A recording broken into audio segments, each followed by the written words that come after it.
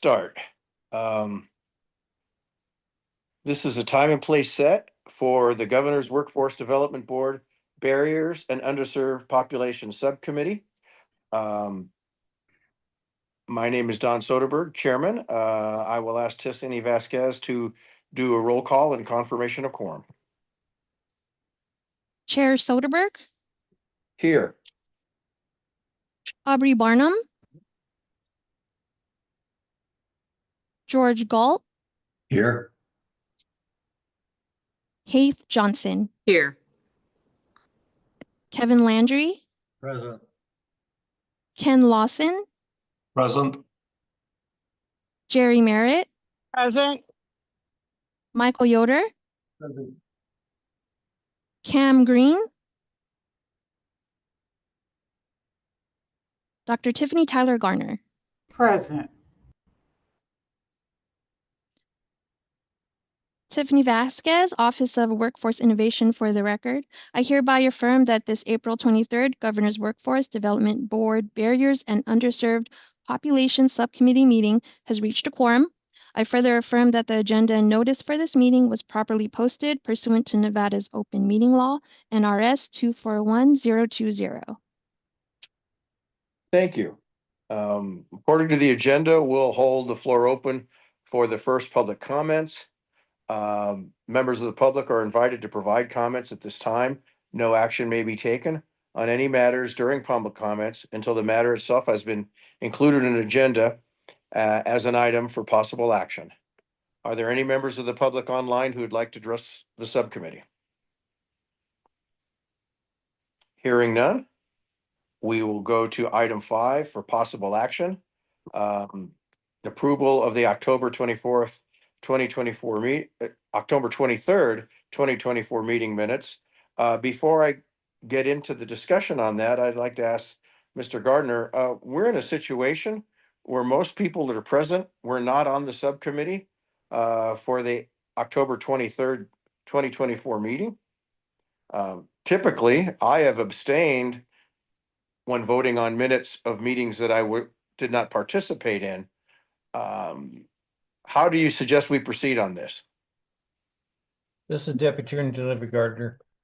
Typically, we've had the new board members vote on it, even though they weren't there.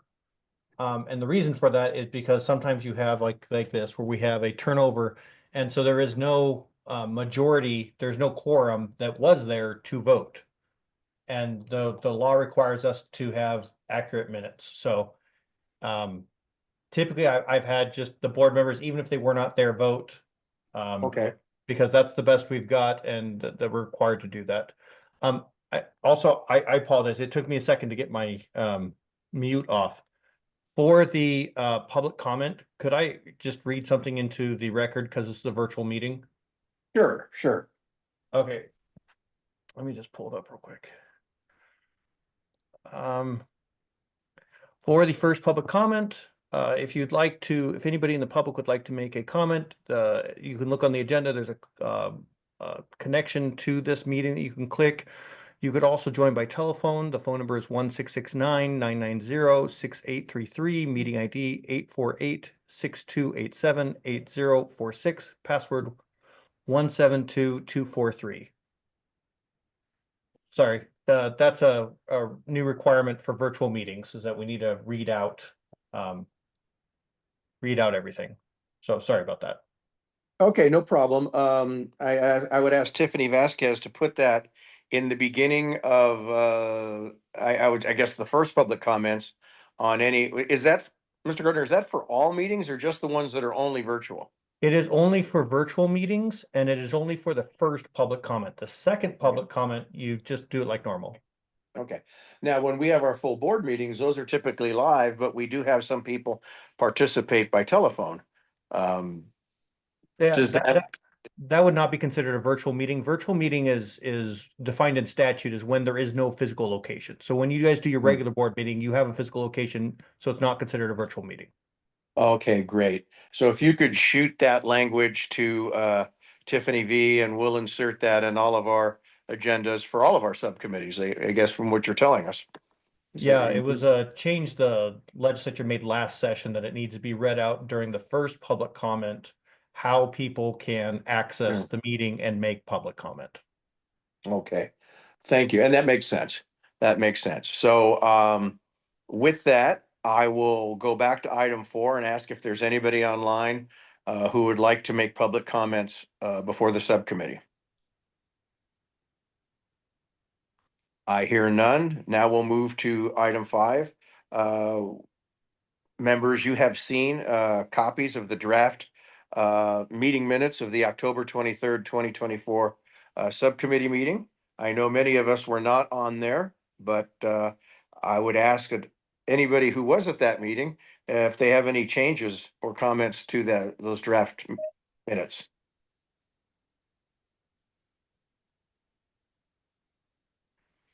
Hearing none, I would entertain a motion to approve the minutes for the October 23rd, 2024 subcommittee meeting. Kevin Landry, a motion to approve. Is there a second? George Galt, second. All in favor, say aye. Aye. Aye. Those opposed? Motion passes. Item 6, I think I have spoken with many of you that this subcommittee has done a lot of good work, but it was behind other subcommittees on coming up with a report. And our bylaws and other documents that we have point out that all subcommittees are supposed to have a report, actually within 12 months. Now, we've had a lot of change. Many of members of the subcommittee were not reappointed or left the board. And quite frankly, we are at another one of those junctures where a lot of term ends at the end of this month. And I don't have a list of who's going to be reappointed and who's not going to be reappointed, but we may have more turnover. So to comply with our bylaws, as chairman of the full board, I have put myself chair of this subcommittee temporarily. I've discussed with some people taking over as chair and vice chair, but we need to get past the governor's appointment round, which I understand is supposed to happen this week or beginning of next. The governor's been pretty good about this, even in a legislative session. They're very disciplined. At the end of the month, they take care of what appointments they can, and that's a refreshing change. In my history with the state government, sometimes nothing happens during a legislative session. So we will have some new members. Some people will be reappointed if they've asked to be. Some people, I guess, will term out, and we'll see what we have at that point. And it is that my intention then to then appoint a new chair and sub-chair of this subcommittee and move forward with, so they'll probably entail another meeting outside of the every 3-month cycle to just have an organizational meeting to see where the subcommittee's at. Can we have a report in 12 months? Do we need 18 months? And go from there. I've asked Dr. Tiffany Tyler Gardner to speak at this point to talk to everyone about what the committee has done. You have been forwarded a number of materials that are very good, that in my opinion would form the basis of a report, and we'd move from there. So Dr. Garner, I'm going to hand the floor over to you. Awesome. Thank you, Chair Soderberg, and thank you, esteemed members. Just as a brief recap of the work that has happened to date, it's important to note that the work can be characterized by 2 distinct periods. Year 1, where the focus was determining what the opportunities were in terms of labor force participation and acuity, particularly those most impacted by unemployment, that yielded the identification of 3 primary groups: males aged 16 to 24, individuals with special needs or disabilities, and women with children.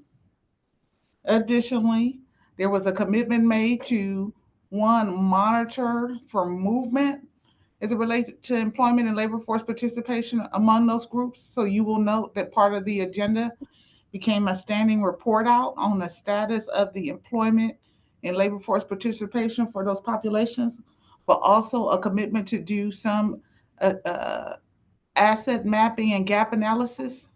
And as a result, over the course of the second distinct period of this work, there has been a decided focus on determining if there are one, existing best practices happening either regionally or statewide, uh, national practice, and then what the opportunities were, particularly as it related to impacting the three populations that were identified. You will note over the course of that second distinct period that there were approximately 14 initiatives presented and reviewed, with a few becoming standing reports, particularly as they related to providing services to some of the populations in need based on acuity. And as a part of that work, what we have done to move the work forward beyond conducting the ongoing asset mapping was where opportunity afforded itself to apply to participate or receive technical assistance. One case in point was a national project around STARS, that's individual skill through alternative routes, where we did apply for technical assistance. We made it to the last rung of consideration. There's been a shift in what the priorities are in terms of not running grants directly through, I believe it is Owen. And so we did not continue with that effort, but did note several opportunities that this committee should or may consider as a part of the moving the needle for those three most impacted populations. And so beyond that, we looked at capacity building as a strategy for building resources around some of the target populations. For those who were part of the work, you may remember that that was the presentation from Minnesota and its Department of Employment. You'll also note that there's been some local standing efforts in different regions, including our rurals, as well as some presentations specifically to look at how we were leveraging or responding to business need, where we heard from WIN, where they noted bringing together training models like industry sector partnerships and employers to get folks into the employment pipeline.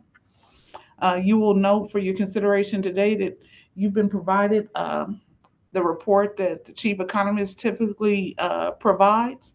And in that report, at least two other opportunities were identified. You will note as a part of that on page 1 that he noted that the disproportionate unemployment among young males 16 to 24 is continuing. It's important to also note that DETR partnered with Workforce Connections to make a specific investment around individuals 16 to 24 that are not in school and not working, which is a part of this population. So it might be helpful to consider as a part of the asset mapping commitment we made to hear about what is happening with that work.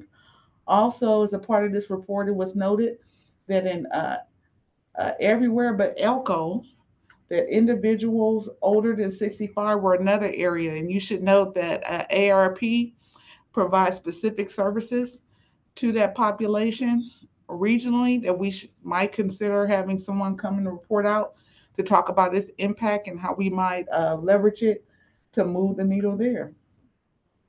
You will note as a part of that reporting that while the rates for some of the populations in question, particularly the males, has been as high as 29% during this period that we have been monitoring it. It is currently at 17.5%, which is still 3 times the unemployment rate of the general population. So ongoing challenge or need there. And in the case of Washoe County, specifically individuals ages to 20 to 24, it is double the rate. And so while there's been some movement, and we're not quite sure how to contextualize that movement just yet, there would be questions for our chief economist. There remains ongoing need. The other thing to note, on the second page of the report, they highlight that unemployment among women with preschool age children is still higher than the general population. And we should note that the work that has been happening under the Child Care Committee is in direct relation to or has a nexus to this disproportionality that we're attempting to address as a committee. Chairman, any other comments or questions that would be helpful to share? Just I don't have any, but like I said, I'm a temporary caretaker here. You're on the ground with this, so that's why I defer to you. You've been on the subcommittee since its inception. Are there any questions or comments to add based on what Dr. Garner has told us? Yeah, Don, Kevin Landry for the record. Yeah, I know you started this out by saying this committee needs a report. I'm looking at this report that, that you're just referencing. That's fairly comprehensive and, does, in my opinion, it looks like it kind of sums up what we've been talking about for well over a year here. Would this not suffice, or do we need a different format, or what is it that we're looking for exactly? There would need to be a formal report to the full board. In the format that the other two subcommittees have provided, the strategic planning and the childcare. I agree with you. When I looked at all of these things this morning, it says a lot closer than I thought we were. Yeah. So I think at some point it's coming to conclusions. It's highlighting what work is still need to be done, and it is then a formal report that we can present to the full board. The full board can adopt, and then can be sent on to the governor and other decision makers. Tiffany, is that something that you think we're in a position to do based on what we've been working on and using this as a guideline? We can definitely, Tiffany Vasquez for the record, we can definitely start putting something together with the information that I have. Okay, thank you. I was actually, my bad. I didn't realize I had two Tiffany's here. Dr. Green or Garner. Oh, that's right, Dr. Tiffany. My eyes are bad. I got little print at the top of the screen here. So no worries. I would agree and echo your sentiments. I do believe there's several places where we articulated the ongoing progress of the work, the combination of the meeting minutes, the agendas, as well as the reporting, and some of the PowerPoints or supplemental information could be easily compiled and in the format that the Child Care Committee or Strategic Planning Committee has provided. And so I do believe we have much of what is needed. I think the only thing to formalize would be what the specific recommendations are coming out of this committee as a result of what we've gleaned or observed over the course of the work. yeah, from sitting in all the meetings we've had, over the last year and a half, or however long it's been, it seems like we had a fairly solid consensus amongst all the members.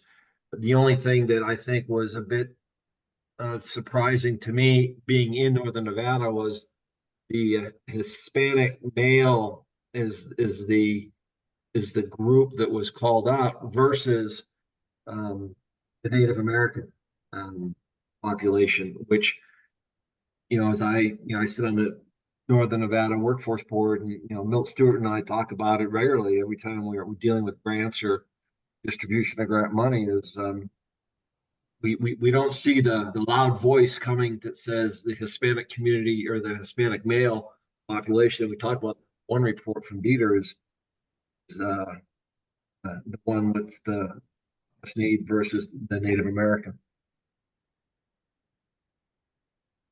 At Tiffany Tyler Gunner, for record, I would agree, Kevin, and say that definitely as a part of the recommendations, if we have some additional data that we could provide, that we should highlight it, as well as the resources that are typically designated for that population, which I'm not sure how they are allocated or administered, but I think definitely an opportunity. And I would say much of the research bears out the fact that the indigenous communities are disproportionately impacted by employment and a few other issues.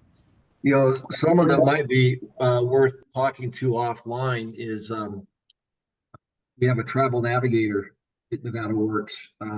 Thurman Roberts is Native American, and we brought him in under the Good Jobs Challenge grant that we have. That's got another year and a half to go, and he certainly is the feet on the ground daily, spending time with all the 20 some odd, tribal representations we have in the North.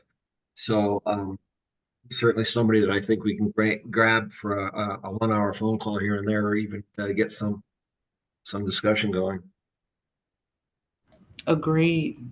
A great suggestion. And just to add my 2 cents, it was expressed to me that this subcommittee had narrowed down the neediest groups with the most barriers as African American males in Clark County and Native Americans throughout the rest of the state. And then when I read all the documents this morning, I kind of went, well, that's not exactly what the data says. So maybe, I heard it wrong or whatever, but the data is the data, but it clearly, Kevin's suggestion that you have a presentation by this individual probably could not hurt at the next meeting. And if that makes it into the report or not, I'm not going to say, but it's probably useful information. Yeah, Don, I think one of the challenges is that we have data in the report, and I don't know how the data was gathered. I trust it was done in with integrity, but there's certain things you can't grab data on if it doesn't want to be measured, Exactly. and I think we've got a scenario. It's like, to be generalist, we have people that live on a reservation and they don't have job opportunities. Well, why don't you have a job opportunity? Well, we don't want to leave the reservation. That means we got to bring a job opportunity to the reservation. Well, people don't want to do that. So we get this group that is not capable of being measured, It's I get it. it's a struggle. A quick question, Ken Lawson for the record. Just trying to understand where the data was pulled from in the report. Was it out of Dieter, or did it come from different sources? Dr. Tiffany Tyler Garner for record. My understanding is the American Community Survey, which is a national sample that has various sampling periods, minimally some that happen annually, others smaller groups, but someone that can speak to that more directly is our chief economist. And I do believe in the case of the current report, there's a reference to the survey on the first page, the first paragraph. It says it uses the most recent 5-year average data from the American Community Survey from the U.S. Census Bureau. And so depending on what we have looked at over time, we've been able to look at different indicators or factors based on what was available from what was being pulled from the census with this specific time period drawing from the American Community Survey. Gotcha. Okay. Thank you. Mm-hmm.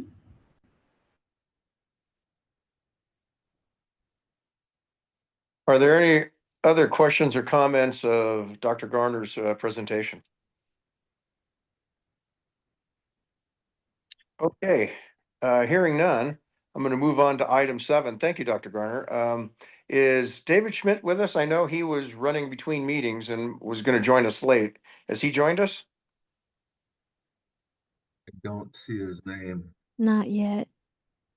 Okay, well, then we'll move on, and if he winds up joining us, great. If not, I know there's some information in what was circulated, but we'll go from there. The next item is discussion informational items. It's future agenda items or any input from the members of the subcommittee on what to discuss in future meetings.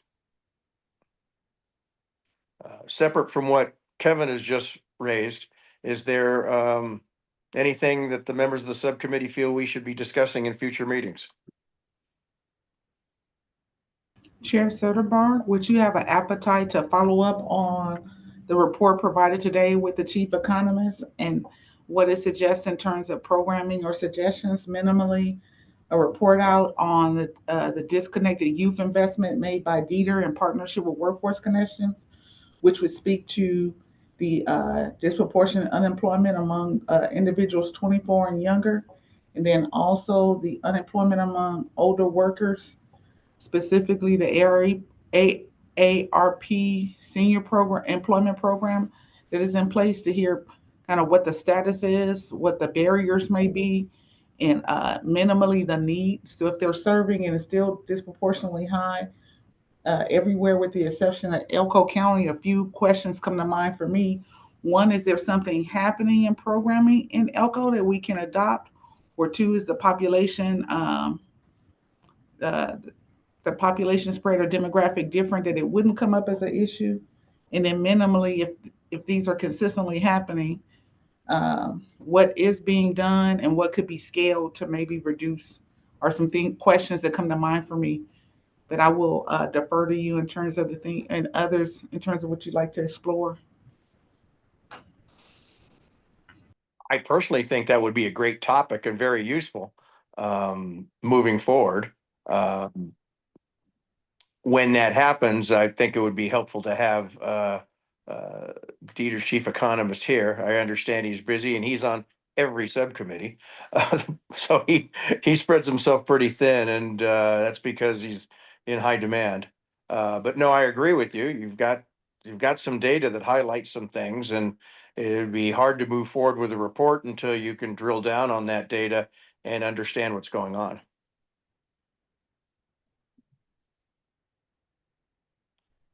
Any other input? Okay, Mr. Gardner, can I hold open the second public comments and then switch back to item 7 if Mr. Schmidt is able to join us, or do I have to end the meeting after the second public comments? No, you're allowed to go back. So if you want to do the second public comment now, and then if he comes in, you can move back. That's fine. Okay. If judging by the last public comments, he's got about another 60 seconds. Are there any members of the public who are online or on the phone who would like to address the subcommittee? Hearing none, I'll close the public comment section. Tiffany V, has Dave joined us? No, not yet. He said he was going to be driving and he would try Okay. to log in when he got home, so it might not be enough time. Okay, well, that's fine. That's fine. We have the written report, and like I said, the new chair will probably call a meeting before the 3 months time, and we'll be able to drill into that. So with that, if there's nothing further from members of the subcommittee, I'd ask for a motion to adjourn, and thank you for your time today. Kevin Landry, a motion adjourn. George Is there a Galt, second? second. Thank you. We have a motion and a second. All in favor, say aye. Aye. Aye. Those opposed? Hearing none, our motion, our meeting is adjourned. Thank you. Thanks, folks. Bye-bye. Thanks.